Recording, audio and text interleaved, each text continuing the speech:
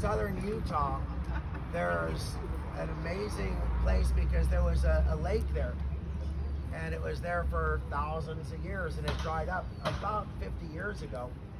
And when it dried up, it left behind, you know how a lake is, right? Like that. Well, it filled in all the siltation flowing in, and it just kept getting, more and more dirt in it until it just wasn't a lake anymore. And but what was left behind was on the edges was like 15, but in the middle, 99 feet deep, rich of the most amazing soil you'd ever seen.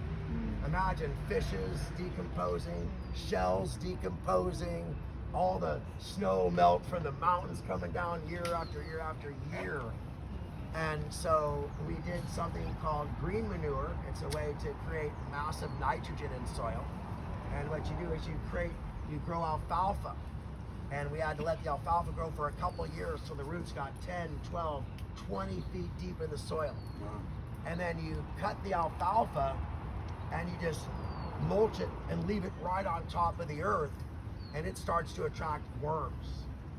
And then after it dries up, you churn it just barely underneath the topsoil, and now the worms come and they start to eat all that decomposing matter.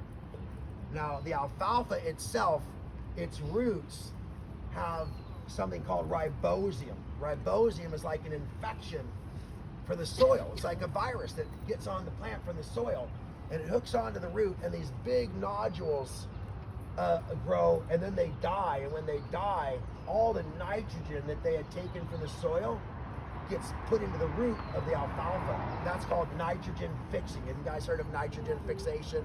Nitrogen fixing, well, that's what does it, is these ribosium.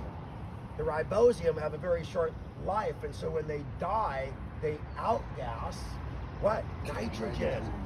So you got the worm poop, you got the ribosium, you got all of that decomposing matter from the lake bed. And this is, in my opinion, I don't know that there's any richer soil on the planet. I really don't. I mean, I don't know if you guys remember your history class, the Tigris and the Euphrates, how they called that the Fertile Crescent because of the way that the remineralization happened. Well, this was that type of environment. So because of our crop rotations and that, this is like a 7,000 acre dry lake bed. So we're able to rotate our crops and use it in the way it's supposed to be used. And that allows for, that allows And how far is it from other industry? So it's about 250 miles from the nearest big city would be Salt Lake. Maybe 300 miles. What's grown there? Dave, Debbie needs you. We're gonna have to start transitioning. Let's so do we it. came over to give a warning. Thank you so much. 3-minute warning.